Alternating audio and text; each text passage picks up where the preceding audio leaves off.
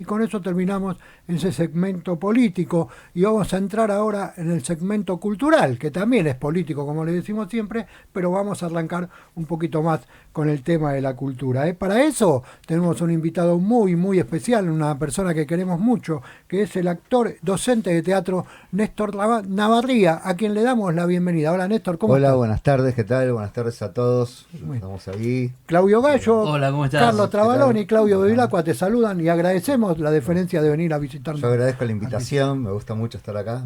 Me gusta mucho la radio, fundamentalmente. ¿No? Tenés que hacer radio, Me Néstor. encantaría tener la chance. Sí, sí, sí. Siempre eso es una deuda. Un poco de mala sangre te vas a hacer igual, Y pero no importa. es inevitable. Uno comete un acto y tiene siempre algo que se opone, ¿no? Viste que uno se expone, claro. Bueno, Néstor Navarría, les cuento que está llevando adelante una obra con otra actriz, que no me acuerdo el nombre, ¿cómo se llama? Flor Galiñanés. Flor Es- Galiñanes. Galiñanés. Es una gran compañera. Estamos haciendo un espectáculo, ¿querés que te cuente? Se llama La Galera del Mago. Tiene que ver un poquito con todo esto que es este mes de la memoria y con todo este cuento, ¿no? Con esta realidad que nos tocó vivir hace muchísimos años, en la época de la dictadura, y ellos lo cuentan de una manera muy especial, ¿no? Yo que fui a ver la obra, puedo tener algunos argumentos, pero el actor es él, y nos va a contar un poquito bien de qué se trata. Bueno, ahí estamos con esta obra que se llama La Galera del Mago en el recuerdo. Hubo que agregarla en el recuerdo porque parece que había ya una obra que se llamaba La Galera del Mago. Ah, Entonces se llama La Galera del Mago en el recuerdo, que es una dramaturgia de Jorge Palan, es un dramaturgo argentino. Y está dirigida por Jorge Díez. Los actores Flor Galiñanés, Néstor Navarría. La escenografía y vestuario Jorgelina Herrero Pons. El diseño de luces Violeta Díez y Tomás Scheffer es nuestro asistente. Ese es el núcleo del equipo que hacemos las funciones de la Galera del Mago los domingos a las 20 horas en el Teatro del Pueblo. Esto es Lavalle 3636, Lavalle y Mario Bravo. Así que, bueno, ahí está más o menos la data de la ubicación. Valor de la entrada. El valor creo que el Teatro del Pueblo en alternativa creo que está 7.000 el Teatro del Pueblo. 7.000 la entrada general, pero La después hay entrada. entradas con descuentos. Sí, hay entradas con descuentos y hay también promociones, creo que hay 2x1 y algo así, Sí. que se pueden pedir o comprar en el teatro. Sí, También. para los que hace mucho que no van al Teatro del Pueblo, les recomiendo, porque el Teatro del Pueblo hay que visitarlo, hay que ir. Hay muchísimas obras, más allá de la que están haciendo acá Néstor y su compañera ahí, muchísimas obras para ver, así que hay que ir al Teatro del Pueblo. Sí, además es un teatro donde lo que se ponen son obras de autores dramaturgos argentinos. Sí, sí, Entonces salvo está algunas, bueno los hay, materiales. salvo algunas excepciones, sí. Honrosas excepciones igual, ¿eh? Honrosas, no, que... Pero sí, soy la mayoría y que no tienen que estar estrenadas. Y no tienen que estar son estrenos. En general son estrenos. Estrenos de autores argentinos. Sí, está muy bien. Hay que ir al Teatro del Pueblo. Néstor, contanos un poquito cómo transitaste como actor meterte en esta historia que tiene que ver con un periodo oscuro que nos tocó vivir y que los personajes precisamente son personas que vivieron en esa época. Exacto. Sí, en realidad lo que toma justamente el dramaturgo como disparador para contar la obra son dos personajes de dos historias de vida que atravesaron todo el proceso de la dictadura de una forma. Flor Galiñanés es la actriz que representa a Mara en la obra, que es una chica que en la medida que transcurre la obra te vas enterando que lo que a ella le pasó fue que está desaparecido el que fue el amor de su vida. Ella tenía una persona con la que se juntaba, se encontraba, quería tener un hijo y bueno, desapareció. ¿Desapareció? Como por arte de magia. Qué difícil, no. tener Sí, claro, qué sí. cosa difícil que tenemos que explicar los argentinos, ¿no? Sí, todavía, ¿Eh? todavía. Qué bárbaro. Y en el caso de Ramiro, que es el otro personaje, es el hijo de un marino condenado por delitos de lesa humanidad.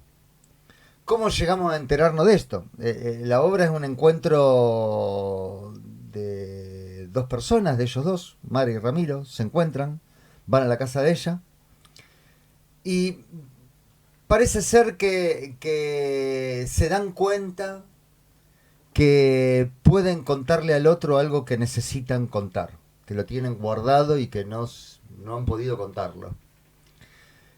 Para que eso ocurra, en la obra el director utiliza un disparador en donde de una situación naturalista, un encuentro, un diálogo entre una pareja, aparece este disparador y se genera una atmósfera, podría decir, de verosimilitud. Con lo que estos personajes, para poder contar lo que tienen que decir y necesitan decir, necesitan disfrazarse. Transformarse. Se transforman. Claro, son otros. Se transforman.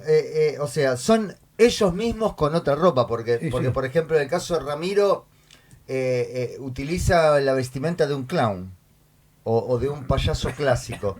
Pero en sí el personaje no es un payaso. No. Él tiene que vestirse así para poder contar lo que cuenta, si no, Seguro. no podría hacerlo. Necesita meterse en otro lugar para poder contar. Para sí. poder contar necesita meterse en otro lugar. Y bueno, me parece que es un buen dispositivo para poder escuchar testimonios de historias que sucedieron, que contado de otra manera sería como bastante tedioso poder escucharlas, porque son cosas muy fuertes. Sí, y aparte como repetitivas desde el...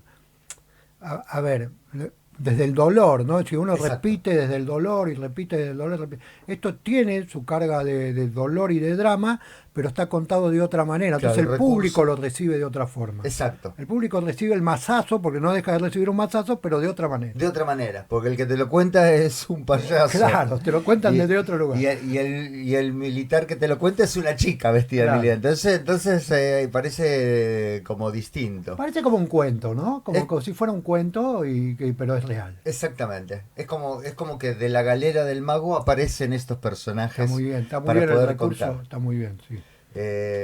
Así que bueno, nosotros estamos muy contentos con este material, lo que está pasando. Sí. Tenemos esta devolución también de los espectadores, del público, que nos dicen, esta obra podemos transitarla, escucharla y convivirla, porque está contada de esta manera. De otra manera sería bastante difícil volver a transitar esos relatos y estas historias reales. Así que bueno, ahí estamos, Teatro del Pueblo. Esto va los domingos a las 20 horas en Teatro del Pueblo, La Valle 3636, esquina Mario Bravo, Sí. y quedan 4 funciones ahí. Quedan las últimas 4 funciones en el Teatro del Pueblo. Bueno, nosotros en realidad estamos haciendo funciones desde octubre del año pasado. Sí, Solo paramos ahí en enero, que es el momento en el que el teatro está cerrado. Retomamos y ahí seguimos, nos quedan estas 4. sí. 5 meses de funciones. Sí, en realidad, bueno, sacando enero, ¿no? Sí, sacando sí, enero sacando y los primeros 10 días de febrero. Pero sí, venimos ahí haciendo parejito, funciones increíble. y lindo Bueno. trabajo.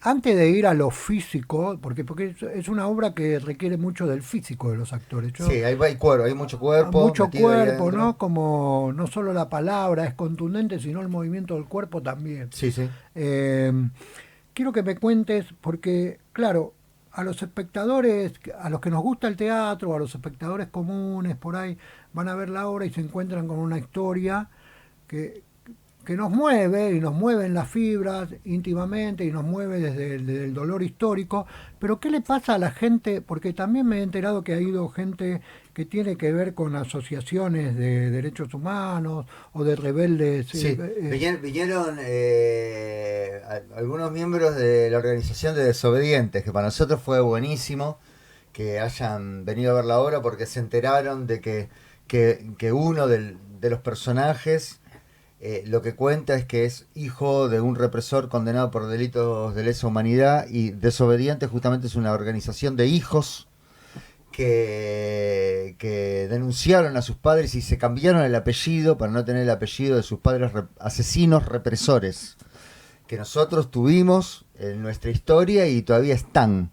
Sí, sí, claro. Y tenemos en el gobierno representantes, hijos de esos asesinos, que no se arrepienten para nada de lo que han hecho sus padres. Claro, claro. De hecho, una de las integrantes de la organización, de esta agrupación de desobedientes, creo que es la hija de Checolás, que se cambió Sí. su apellido. Es de las más famosas quizás, pero hay muchos, ¿no? Sí, sí, vinieron un par de chicas que son de esta agrupación. Ahora te voy a decir el nombre El de otro ellas. día, a colación de esto que estás contando vos, el otro día en la marcha del 24 de marzo, en el domingo, tomé una foto que me llamó la atención, la exposición, ¿no? Que no la había visto otras marchas, el año pasado o el anterior yo no la había visto, pero había una foto de Gerardo Martínez con un gorro militar, con Gerardo Martínez, el famoso sindicalista de Citrac, ¿no? Y que todavía está en funciones. Y nadie lo juzga, y nadie que está denunciado por entregador de personas y de trabajadores y de trabajadoras, Gerardo Martínez, y sigue en funciones. Un poco lo denunciaba Trabajaba con el batallón con 601. el 601, sí señor. Mirá. Sí. Y ahí está, la foto, no sé si se va a ver en la cámara, pero es una foto que está en las redes sociales, igual si ustedes la buscan la van a ver, porque una bandera muy grande dentro de la columna de Memoria, Verdad y Justicia, donde muchos se animan a denunciarlo, pero muchos hacen silencio y miran para otro lado. ¿No? Como, bueno, ahí está. El Pollo Sobrero lo denunció públicamente y en la nota que nosotros le hicimos, ¿no? Como diciendo, todavía está en funciones un tipo que entregó un montón de compañeros. Bueno, eso es Sí, hay un responsabilidad. negacionismo así como muy presente en este momento. Hay que aguantar ahora esas cosas y tener que escuchar esos discursos de la desidia, ¿no? Claro, claro, sí, sin duda. Sin duda. Chicos, está abierto el juego para que ustedes pregunten acá al actor y al... ¿Cuál es la relación entre ustedes dos, además de ese pasado tan jodido? Ah, buenísimo lo que preguntas. Bueno, lo que ocurre ahí tiene que ver con el contexto y la atmósfera de la obra, porque la obra vos lo ves y está bueno que se llame La Galera del Mago en el Recuerdo, porque está media ubicada, podríamos decir, en la década del 90 o principio de los 90, donde está, donde de alguna manera está la otra parte de los juicios a los integrantes de la Junta. Entonces está como ayornada en ese momento. Los personajes están vestidos de esa forma, más o menos noventosos. Inclusive la música, tiene música de Virus la obra, Sí. tiene que ver con eso. Y el vínculo que tiene es que después en el desarrollo de la obra te enterás cómo fue que se encuentran, pero son dos que se encuentran. Lo que tiene para mí la obra interesante es eso, que son dos personas que se encuentran y se rearman a partir de lo que pueden contar y de lo que tenían callado. Y lo que tiene la obra interesante es esto, que vos te das cuenta qué interesantes son las convicciones, los ideales y fundamentalmente el abrazo con el otro, teniendo nosotros en la historia tantos abrazos que nos faltan porque han sido desaparecidos todos esos abrazos y no están. Y estas personas se encuentran y llega un momento en el que pueden abrazarse, pueden encontrarse. Y cómo a partir de, entre aspas, ¿no? De personas que pareciera que lo que quedan de ellas son retazos, pueden cumplimentarse y pueden llegar a rearmarse nuevamente. Con la convicción, con el deseo. ¿Son víctimas rebeldes o son víctimas destruidas? Yo creo que O las dos cosas. a partir de determinadas, claro, de asumir determinados intentos, se restablecen y están enteros. Son personas que ahora están enteras. Él, en el caso de Ramiro, pudo hablar en el juicio de su padre y pudo decir lo que pensaba. Pudo desmentirlo. Y ella de alguna manera pudo rearmar su vida después de aquella desaparición. Entonces, uno me parece que se complementa a partir de que logra el objetivo de aquello que necesita, de contar lo que sucedió, de que eso sea escuchado y de uno poder completarse en eso, porque si no va a haber siempre algo que te falta, porque si a vos te falta o te quitaron algo y además no lo podés contar, es terrible la situación. Ahora, a mí se me ocurre, a lo mejor es un delirio lo que te voy a preguntar, ¿no? Sí. Acá somos todos un poco delirantes, Buenísimo. yo el más delirante de todos, lo asumo. Entre el hijo de ella que no nació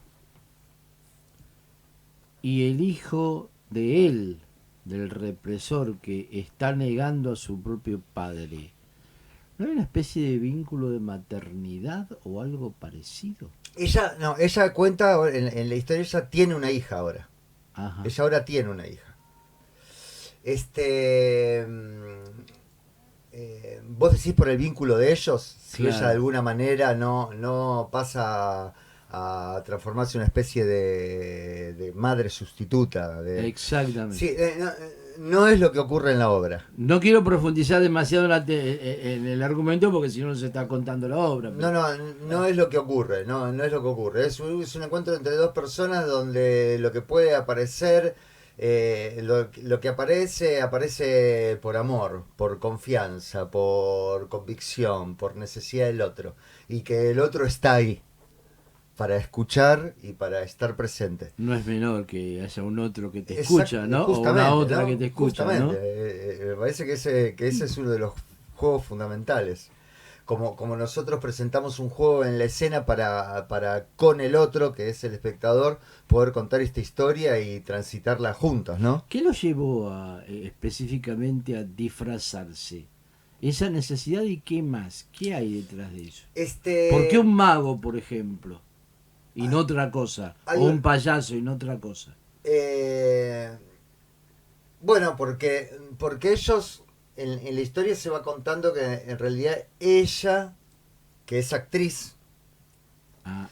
entran a su casa, que pareciera una casa detonada, y lo que hay es vestuarios por todos lados. Hasta que empiezan a tomar la decisión de decir, bueno, te cuento, bueno, pero para poder contarte, a ver, me voy a poner esto, y esto otro, y esto otro, y ahora digo. Entonces ahí ya la escena se transformó, porque aquellos dos que habían llegado caminando de la mano, ahora se transformaron en dos personajes que están contando su historia. En el ambiente teatral existe como una de las cosas más disruptivas dentro del teatro, la máscara. Uno cuando se coloca la máscara hace cosas y dice cosas que no puede hacer sin ella, ¿no? Exactamente, eso es lo que ocurre en este Esto caso. es lo que ocurre en Claro, el claro. espectáculo. Pasa Exacto. esto. Chicos, ¿por qué no hablan un poquito? Porque te ocupaste todo. Carlito, Sí, yo acá, quería preguntar. acá. Te quería consultar qué fue lo que lo llevó a hablar sobre este tema, digamos, a crear la obra desde este punto de vista, justamente llegando ahora en la fecha esta, ¿no? De lo que vendría a haber sido el golpe militar. ¿Qué lo llevó a eso? ¿Alguna historia que hayan escuchado? ¿Cómo nace la obra, digamos, con la idea esta? Sí, la obra es de Jorge Pala. A mí me llega a mí me... Ahí va. Claro, yo por ejemplo, yo estaba haciendo funciones el año pasado en otro teatro que es el Teatro Tadrón, donde inclusive el sábado pasado en el Teatro Tadrón estuvo el 17º año de Teatro por la Memoria, donde la obra La Galera del Mago fue invitada. Nosotros hicimos función en el Tadrón el sábado pasado. Ah, mira. Yo estaba haciendo el año pasado un espectáculo ahí que se llama La Cabeza de Goliat, que es un encuentro entre Pier Paolo Pasolini y Caravaggio. También bueno. dos disruptivos totales, donde la mediadora de ese encuentro era Laura Betti, que Laura Betti Pasolini decía que era su esposa no carnal, su mujer no carnal. vivieron juntos. Y Laura Betty en esta obra la interpretaba Connie Marino, que es una compañera que ganó el premio Trinidad Guevara como actriz de reparto por ese personaje.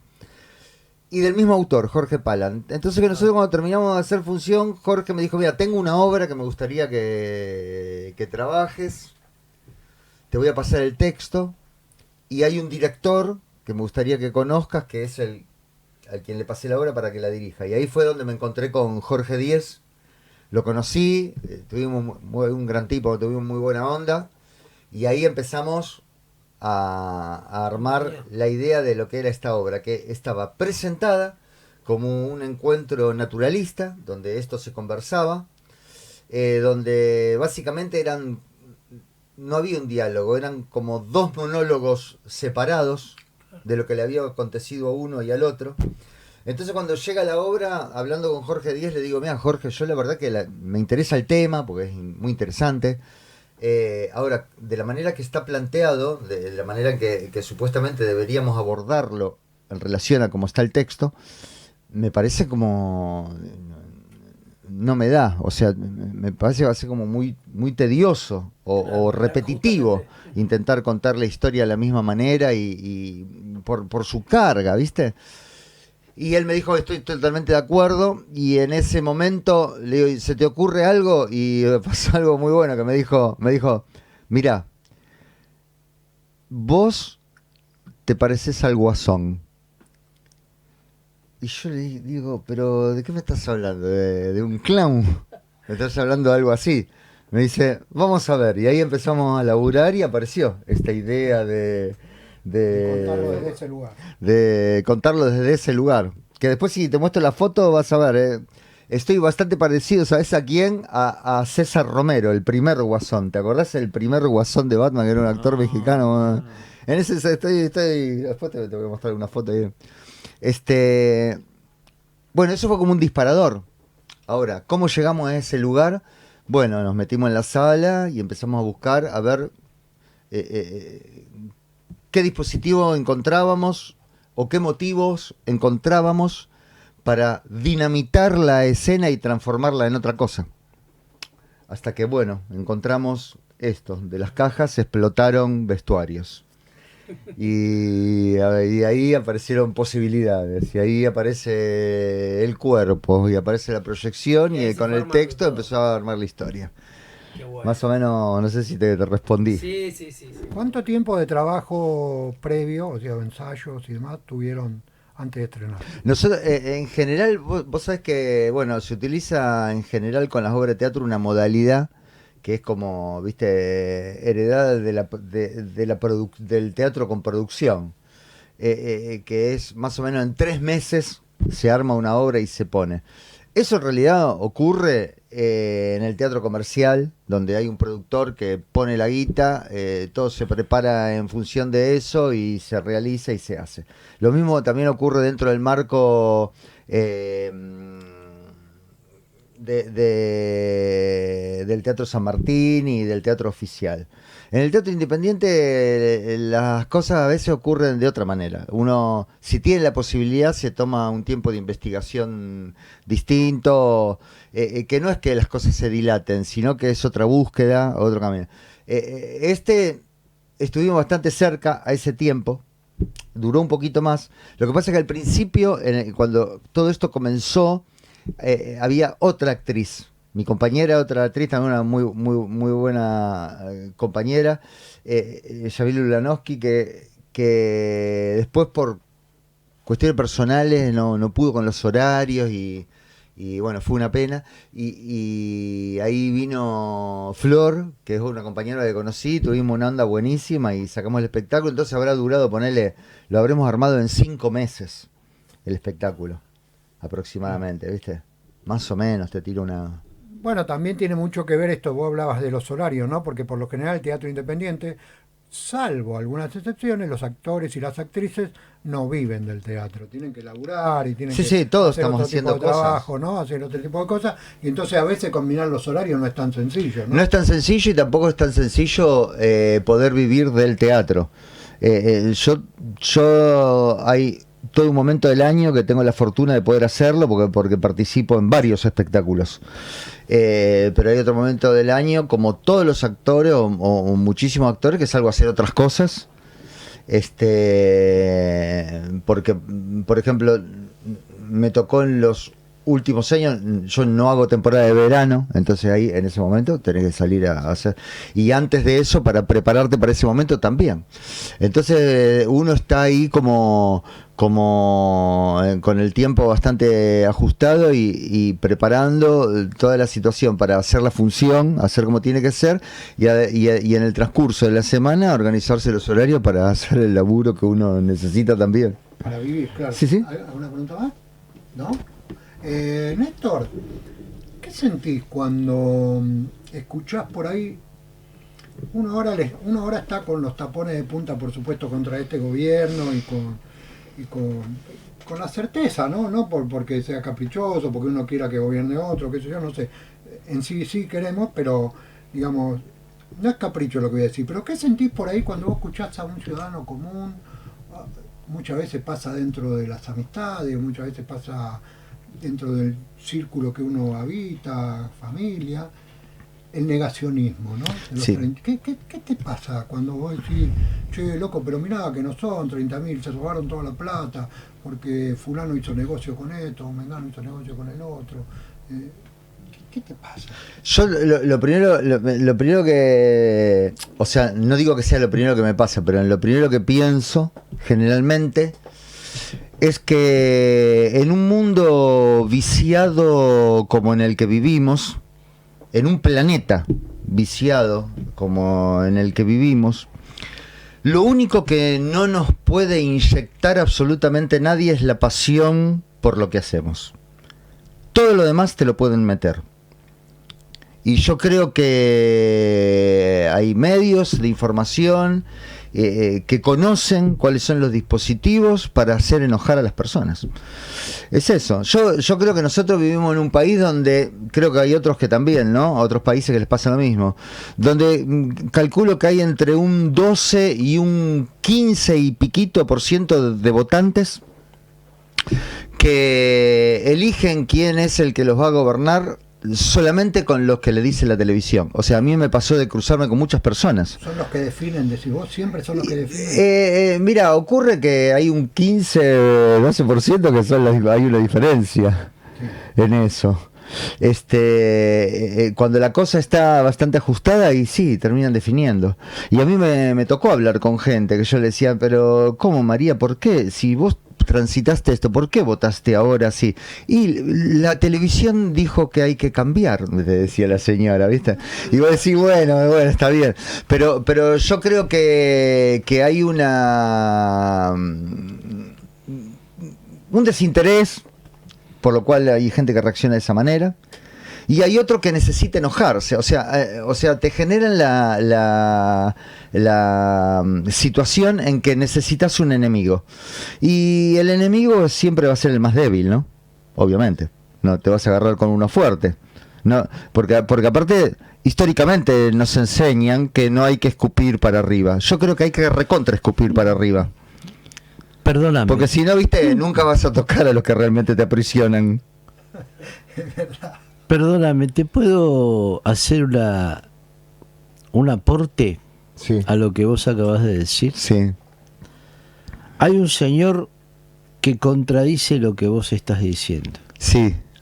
Y yo te voy a poner a vos para que debatas con él, no conmigo. Sí, no hay problema. Dice, no es lo mismo estar desinformado que haber perdido la capacidad de pensar.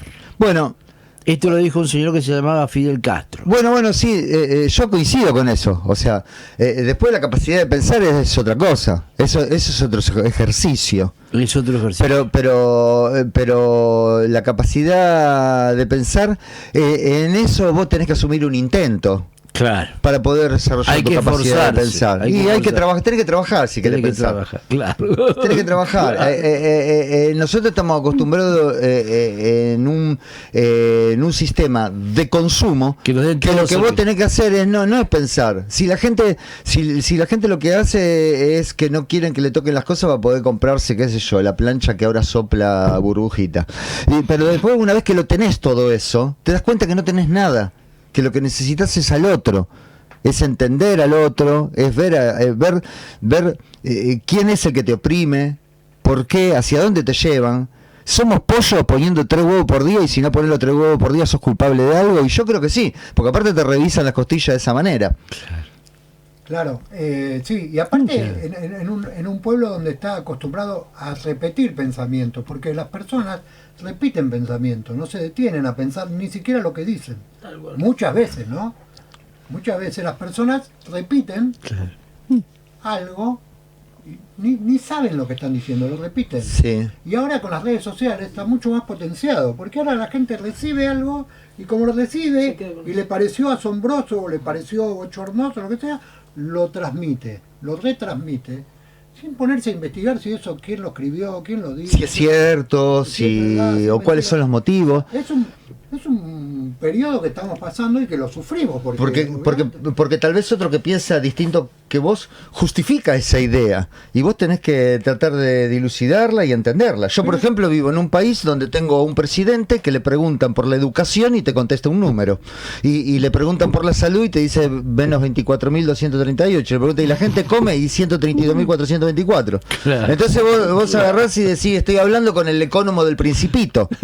Porque es así. El economista, el contador del Principito hace eso.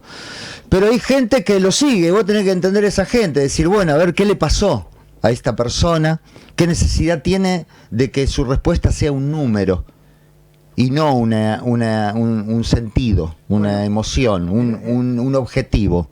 En una de las preguntas que hacíamos el domingo a las personas que entrevistábamos, en su mayoría dirigentes de partidos políticos o políticos, digamos, entre ellos Ramal, Romina del Pla, Cele Fierro, el Pollo Sobrero, digamos, todos más o menos coinciden en que la pregunta que hacíamos era, bueno, ¿qué pasó en estos 40 años de democracia para que hoy tengamos un presidente como Javier Milei? ¿No? Entonces, de alguna manera, sin hacerse tanto cargo de la situación cada uno, decían, bueno, han fracasado, los que han gobernado han fracasado. Bueno, pasó Menem también, ¿no? Sí, sí, Digo, claro. tu mamá tenía antecedentes grandes. Y pasó Macri y pasó, digamos, ahora Lo estamos- que nunca pasó es un poder concentrado, que es un poder concentrado que te habla de un derrame, pero resulta que nosotros sabemos que antes del derrame hay cientos de paraísos fiscales, jamás va a haber un derrame si hay paraísos fiscales, entonces es un chamullo. Entonces, ¿cómo llegás a ese lugar? Lo que pasa es que también es muy difícil, porque si vos te vas a quejar y estos tipos siempre están protegidos por una cadena de gendarme, una cadena del ejército, 3 cadenas de policía, y vos decís, y claro, entonces es cierto, el más inteligente es el que tiene las armas. Y te vas a tener que quedar con eso, porque vos tirás una piedra y resulta que sos un terrorista. Claro, si Ahora tirás sos piedra- un terrorista, si tirás porque piedra- le tirás un piedrazo a uno. Y resulta que vos decís, ay, te meten 300 palazos porque dijiste, ah. bueno. Entonces es muy difícil. Hay que ver Ellos cómo. te pegan y es exceso de la legítima defensa. Sí. Bueno, interesante, la verdad que interesante. Nos desviamos un poquito del tema. Sí, nos desviamos, pero me parece pero vos me preguntaste qué No, pensaba no, yo de los está que bueno, dicen, está muy bueno. de los que repiten el discurso. Sí, Yo trato nosotros- intento pensarlo y ver cómo me posiciono en relación a los demás. Sí. Y tratar de salirme del lugar de que lo que necesito para existir sea un enemigo. Yo no necesito eso para existir. No, claro. Y Ninguno no lo necesito. necesita. Nadie lo necesita. Y no necesito que alguien me diga, yo voy a gobernar acá porque dentro de 35 años vamos a ser como Estados Unidos. No, yo no quiero ser así. No tengo ganas de vivir, entre aspas, tal vez bien, como vive en Estados Unidos, a costa de tener la cabeza aplastada a medio planeta. No tengo ganas de aplastar la cabeza a nadie. Claro, Tengo ganas de estar con el otro. claro. Lo que pasa Digo es que eso. habría que ver, salvo otras excepciones también, la ciudadanía norteamericana, cómo mira para otro lado constantemente por el bienestar que tiene. Y bueno, ¿no? es cómodo. La Es comodidad. cómodo. Y la comodidad, en cierto modo, lo vamos a desarrollar en otro programa, quizás también la sufrimos acá. Porque muchas de las cosas que nos pasan tienen que ver con que hay una clase que encontró una comodidad y de ahí no se quiere mover. Porque cuando Claro. hablamos de revolución o de cambiar las cosas verdaderamente, ¿de qué hablamos? ¿Hablamos de sacrificio? ¿Cuántos están dispuestos a abandonar la comodidad que tienen en beneficio del otro? Que en realidad no es solamente del otro. Es de todos, pero no importa. Sí. Pero ¿cuántos están dispuestos, Bueno. cuántas están dispuestos a abandonar la comodidad que han logrado en pos de una sociedad más justa, más equitativa, mejor? En ese sentido, Javier Milei está haciendo más por el socialismo que todos los socialistas juntos, porque está aplastando a la clase media y no va a dejar clase media en pie, entonces van a ser todos pobres. Es complejo, es complejo. Bueno, Néstor, repitamos por favor la fecha, la dirección del teatro. Bueno, la Galera del Mago en el Recuerdo, los domingos a las 20 horas en el Teatro del Pueblo. Esto es la Valle 3636. Y los quiero invitar a que vengan a ver el espectáculo porque van a ver algo creo que un buen contenido teatral en todas sus líneas y una historia que se cuenta de una manera que la vamos a poder compartir. Néstor, yo quiero contarle a la audiencia que Néstor Navarría, aparte de ser actor, es docente de teatro y ha tenido en algún momento alguna sala de teatro ahí por la zona de Tapiales. Néstor Navarría es premio Che Guevara Revelación, ¿no? Algo así. No, el Trinidad Guevara. Trinidad Guevara Revelación. Revelación, Trinidad Guevara. Por un espectáculo que él hacía que se llama Bengala. Bengala, ¿Sí? sí. También un trabajo muy físico que yo tuve la oportunidad de ver. Se ve que te buscan los directores para poner mucho el físico. Sí. Está bueno en estado físico. ¿En qué año? Y Bengala fue estrenado creo que en el 2007. El 2006 me parece lo estrené. Y en 2007 creo que me dieron el premio este. Y después hice funciones durante muchos años con Bengala. Pude viajar, estuvo buenísimo porque entre uno de los viajes, tuve un viaje extrañísimo, de esos que uno no piensa nunca, me fui a Helsinki. Estuve en Helsinki, estuve en Finlandia, fui a Helsinki, después a otra ciudad que se llama Seinäjoki también en Finlandia, haciendo funciones de Bengala, porque había un teatro que se llenó en este lugar que se llama Seinäjoki, que es en el mapa de Finlandia en la mitad está justo Seinäjoki. ¿Y cómo solucionaste el tema del idioma? Ah, viste, a mí me pasó una cosa muy rara. Y no tanto, porque después la cuento y a otros también les pasó. En primero te quería redondear esto de por qué se llenó la sala. Resulta que digo, pero ¿por qué me mandan al medio de Finlandia a hacer un espectáculo? Que aparte Claro. no lo habíamos hecho ni subtitulado, porque viste, te ponen una máquina de subtitulados cuando vos vas a otro país y me pregunté Claro. inclusive, ¿no?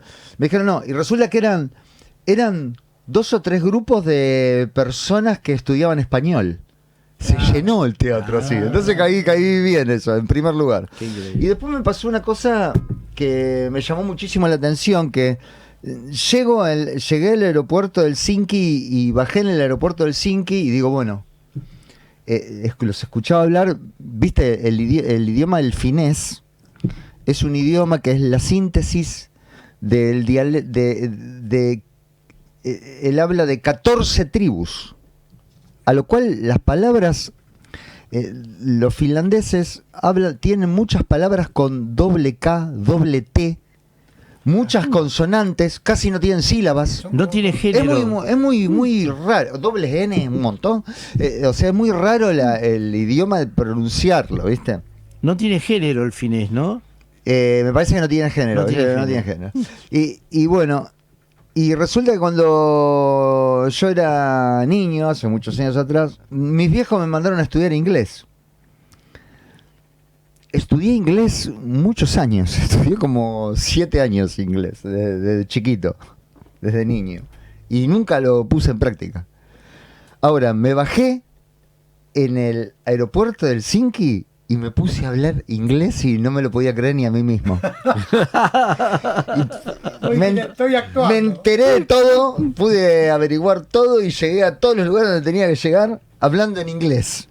Y así me pasé los 11 días que estuve en Finlandia hablando en inglés, que inclusive el día que fui a Seinäjoki, que fue uno de los últimos días, fui a Seinäjoki y a mí me faltaba ponerle 2 días para irme.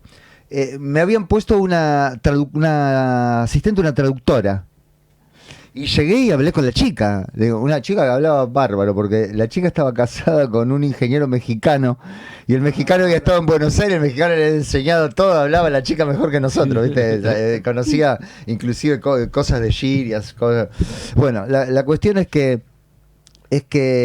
me pongo a hablar con ella y en un momento le digo, mira, me dijo esta persona que fue la que me había invitado, me dice, Néstor, entendiste todo perfectamente, no hubo ninguna falla, así que ahí fue donde corroboré que había estado hablando perfectamente todo ese día. Ahora, si quiero volver a hacerlo, no me sale, lo intenté y se ve que la presión, Se ve que la situación, el momento hace que aparezca la necesidad como dice, de sobrevivencia, ¿no? Sí, sobrevivir te hace hablar en otro idioma. Escuchá, Néstor, contá brevemente, porque tenemos muy poquito tiempo, ¿de qué trata Bengala? Bengala, ahora estoy haciendo la segunda parte de Bengala, que se llama Petit Bengala. Mira. Bengala es la historia de un boxeador que pelea su última pelea en una pelea de fondo, porque tampoco es la pelea principal, a 6 rounds, ya a punto de retirarse, y el tipo sube al ring todavía soñando que puede ser campeón. Bueno, ahí la dejamos. Ahí la Algún día dejamos. va a volver. Va a volver, pero ahora Petit Bengala está también, así que ahí te voy a mandar un día para que si quieren lo pasen por la radio Y cuando vayas a hacer funciones, avisanos y vamos. Ahora el mes que viene vamos a hacer funciones ahí en un teatro en el Tigre. Néstor, gracias por haber venido. Gracias por invitarme y gracias por dejarme usar un poquito el micrófono de la radio, que me encantó. Bueno, les agradezco. Ahí estamos en contacto. Los espacios están abiertos para todos ustedes, están abiertos.